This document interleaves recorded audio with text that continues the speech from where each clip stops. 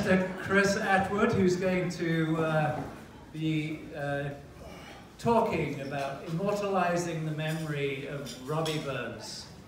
So here we go. Kris.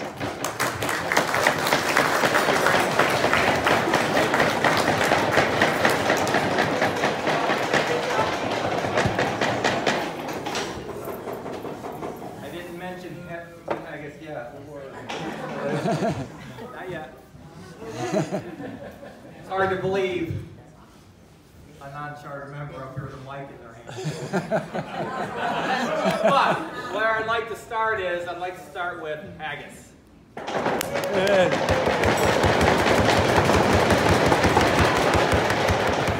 want everyone here to know the reason tonight it was so reeking and rich. It was put together by a non-charter member.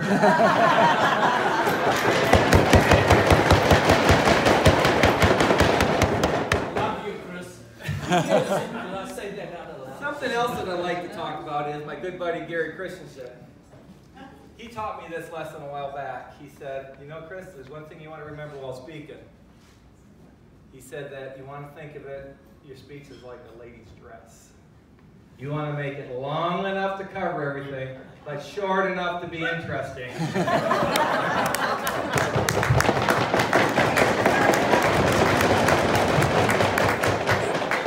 Are you done? I'm prepared to keep it short. I thought you were diving into that packet. Keep an eye on this for me, Des. Now, where'd my notes go? So anyways, I was asked to give the immortal memory of Robbie Burns speech. I wanted to be serious for a moment, and then we'll go back to having some fun. But tonight we are here for the 259th remembrance of poet Robbie Burns. Such a celebration has been done since 1801. It started on July 21st of that year as a little gathering of his friends on the 5th anniversary of his death. They met in the Alloway Cottage, where Burns had been born on January 25th, 1759. The next year, they moved it to his birthday. When you think about it, it makes a little more sense to celebrate somebody's birth on their birthday versus on their day of death, unless it's your worst enemy. So now, Scots. Those of those Scots descent, those interested in things Scottish, and those who just like to see guys in skirts. Here tonight, including my son-in-law. Yay! Listen to the music on an instrument that can sound like a tortured cat. Hear poetry. Hear poetry in a language that can seem harder to understand than Greek. Eat a dish of innards of sheep that they pretend to like, and drink good whiskey. Get together each year about this time to honor Robbie Burns. But why do it? I mean, except for drinking the whiskey, which is for obvious reasons. Well, we often hear it's because Burns was a great poet, right? Great poets always get their day in honor that they are observed worldwide, like Shelley Sunday. I want to see if anybody gets any of these. Marlowe, Monday. You're going to catch on in a moment. Tennyson, Tuesday. Walt Whitman, Wednesday. Thoreau. I want to make a note of it. That was a non-charter member that came. I don't see any of the charter members piping up with these lines. Walt Whitman, Wednesday. We've been there. I'm sorry. We're on Friday. Frost Friday. And of course, Shakespeare Saturday. Sure they do.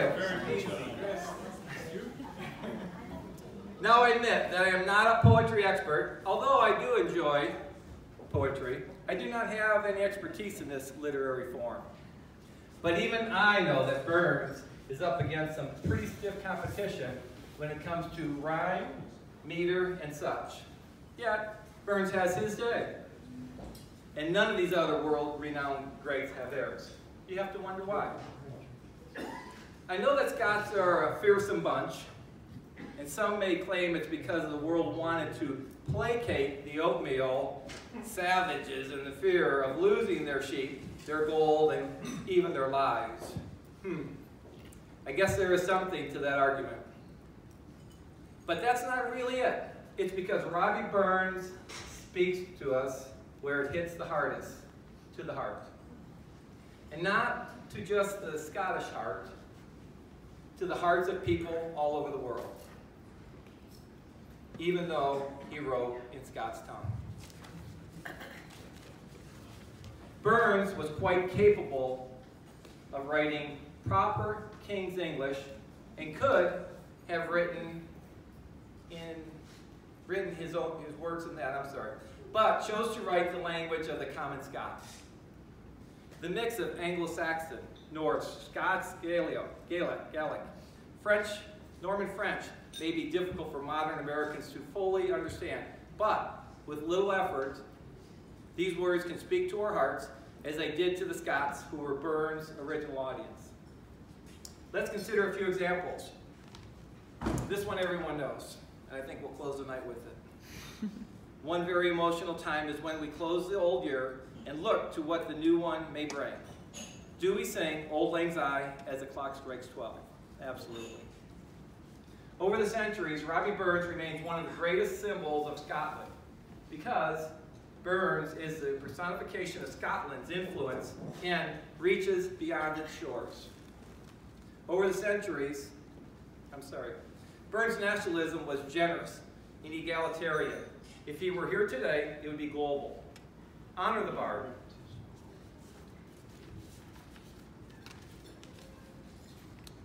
At this point in time, what I'd like to do is I'd like to ask a few of the Scots in the crowd to stand up and 30 to 45 seconds maybe speak about their Scottish heritage. And let's start with Des.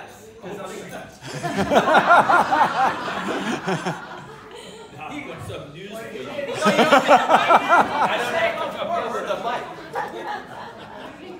Let me explain to you. Because I have an accent, it doesn't mean I'm Scottish. But besides that, now, a lot of you may know that I'm African American. I'm this club. So be careful when you see me give way. Correct? However, I've now lived in this country longer than I lived, and I was born in South Africa, so I've lived here longer than when I was born there. Now, I'm not too sure what that means, but I think now I'm an American African, not an African American. Now, one other thing they say to me. This is my speech. Oh shit, you said to me 30, 40 seconds, I'm not supposed to do that. Don't clap yet.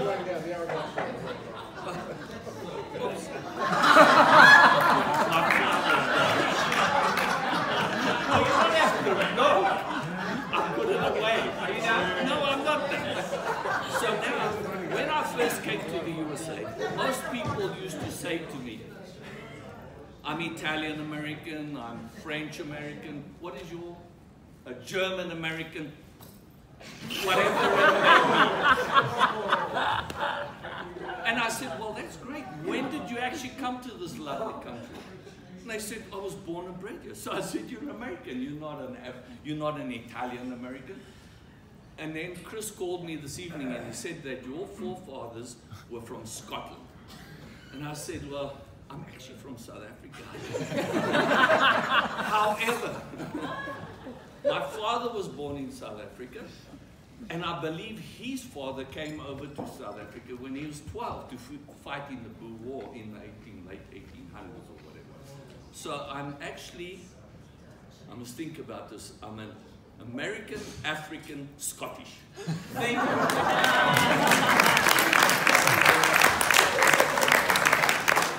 I don't mean to beat a dead drum, but where that bit of false false information came from was a charter member. It was Mr. Graham Dial that told me you had some Scottish in you. I'm not going to bring up those charter members anymore tonight. Isaac, would you like to say something about your Scottish heritage? Sure, absolutely. I get it from my dad's side of the family, obviously, and I'm a quarter Scottish. Henderson is our Scottish name.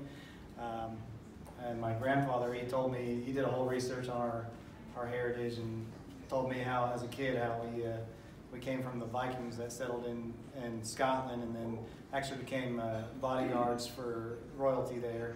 And that's where our line comes from. And I think the best thing about being Scottish is getting to wear cool outfits like this and drink amazing Scotch whiskey. Thank you. Where's Peter? There's Peter. Peter has a word or two he'd like to share. Hi everybody. I'm really proud tonight. This is the first time I've ever had to claim my heritage as a Scotsman. As you know, the Scottish are quite frugal. I asked my father when I was growing up, what's the deal? I said, I'm a Mick Naughton, but I knew that the base of our name was Mac Naughton. That's their traditional pronunciation and spelling. And he said, not that he was a historical scholar by any means, but my father said, you see, son, when your forefathers in Scotland were spelling their name out, M-A-C, they realized they were wasting the ink on the A, and they moved to Ireland. And I'm not quite sure that savings paid for the trip. But as you know, we throw quarters around like they're manhole covers. In any case, another story from my grandfather told me that his father, as a child, went into the drugstore locally and asked the pharmacist if he could replace the bristles in the toothbrush that he was taken out of. Of course, the store owner said, well, son, it'd be a lot easier to buy another toothbrush. And my grandfather said, well, I'll have to go home and ask the rest of the family.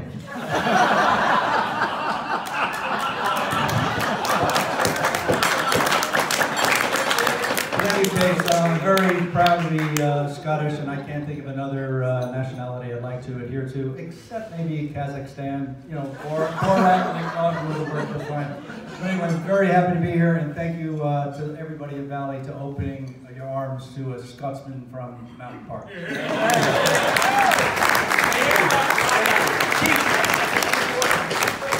One last one. He's going to say something. Russell. Well, Kris called me this afternoon and said, hey, well, actually, I say afternoon. It was about 5:15. More time than you need. Yeah, just say a few words. Well, the Russell clan, we do have our own crest. We are registered with the court. The most things I'm really proud of that we have a long history of military service. Dating back to the independence of Scotland back in the 1200s and the 1300s.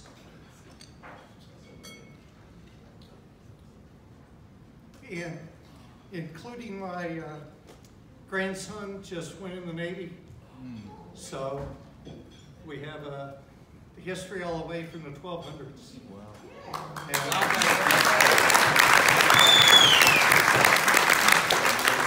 We are registered with the court, so it's really great.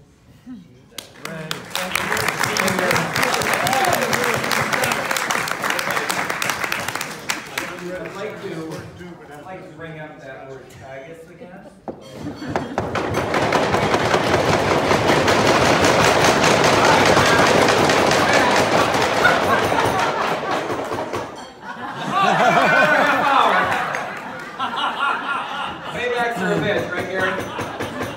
Graham would like to add a little poem about haggis. Good. Graham. This is risky. Okay, or risky? Do you all know Monty Python? Yeah. Okay, the risk is half over. Monty Python, or the Monty Python crew, wrote a poem called Horace, and it's about a haggis. I'll recite it to you. I don't know this one. And at this point, I go into London Cockney as opposed to Scottish brogue. Much to his mum and dad's dismay, Horace ate himself one day. He didn't stop to say grace. He just sat down and ate his face. We can't have this, his dad declared. If that lad's ate, we should have shared. But even as he spoke, they saw Horace eating more and more. First his legs, then his thighs, his arms, his nose, his hair, his eyes. Stop him, someone, mother cried. Those eyeballs would be better fried. But all too late, for they were gone. And then he started on his dong. Oh, foolish child, the father mourns. You could have deep fried that with prawns.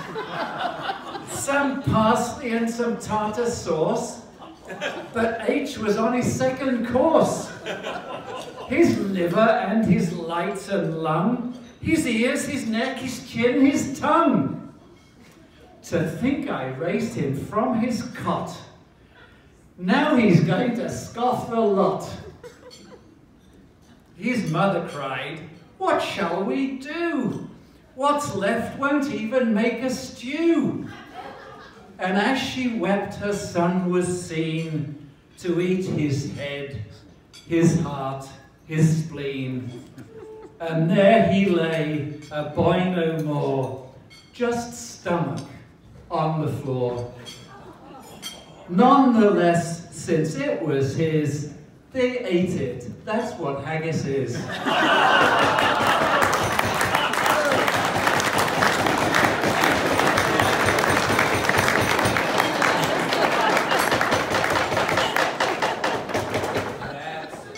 Now this evening we have to only have one Scotsman wear a kilt, but we also happen to have an Irishman here with a kilt on also.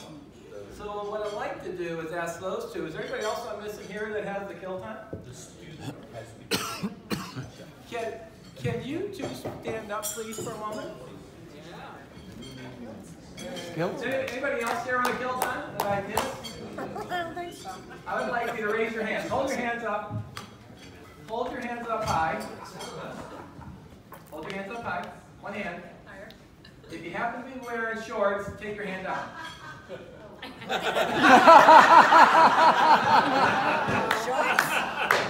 you happen to be wearing shorts, take your hand down.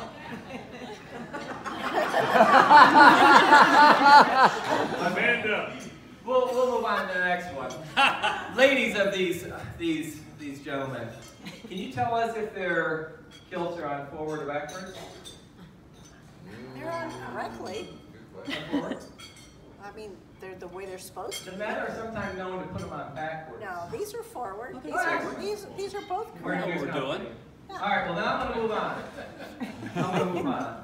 That's a thumb you're talking about. I'm sorry? I have two toasts. You can sit down. Thank you. I have two toasts. And the first one, I'd like everybody to stand and join me. Nice socks and shoes. No, I love them. So tonight, when Scots and those who want to be Scots are raising a dram or two to Robbie Burns, and when the speeches are said and done, and we stand to sing Old Lang Syne, Where You Be, link your arms. Let's honor the bard. Let's stand together, and let's not, like snarling carts and wrangling, be divided. Cheers to Robbie Burns. Cheers. Cheers. And I have one more toast. I'd be remiss not to bring this up. And I think everybody knows where this is coming, where this is going. We happen to have a little dissension in the club sometimes. Some people may call it dissension, we'll just call it fun. And there's charter members and there's non-charter members. You may want to realize that the charter members now are outnumbered by the non-charter members by about 5 to 1. There's constant dirt being thrown back and forth, but I wanted the non-charter members to join me up here. Come on up here, non-charter members. We're going to change this around a little bit. Non-charter members, non-charters, come on up here. Charter versus non-charter. People who attended the first meeting. We want to pose a toast to the charter members and thanking them for allowing us to be part of their elite Single Malt Whiskey Club. So on the count of 3, guys. 1, 2, 3.